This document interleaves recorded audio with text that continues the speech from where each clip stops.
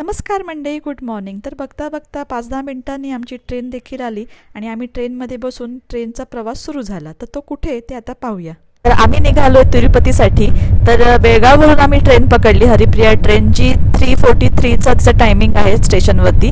तर जरा लेट आली होती 5-10 मिनटं. तर आम्ही 4 वाजता इकडनं निघालो बेळगाववरून. ते आता सकाळी उद्या दुसऱ्या दिवशी 8 वाजताच्या सुमारास आम्ही पोहोचू. ट्रेन पूर्ण भरलेली होती आणि तेवढ्यामध्येच आलं धारवाड स्टेशन. आता इथे धारवाड स्टेशन आलंय.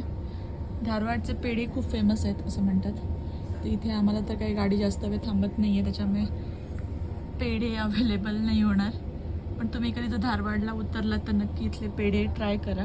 आणि तेवढ्यामध्येच आमचं आलं हे ऑनलाईन मागवलेलं जेवण. पॅकेजिंग ठीक होती आणि सगळ्यात छान होतं ते म्हणजे मशरूम सूप खूप अप्रतिम आणि टेस्टी होतं.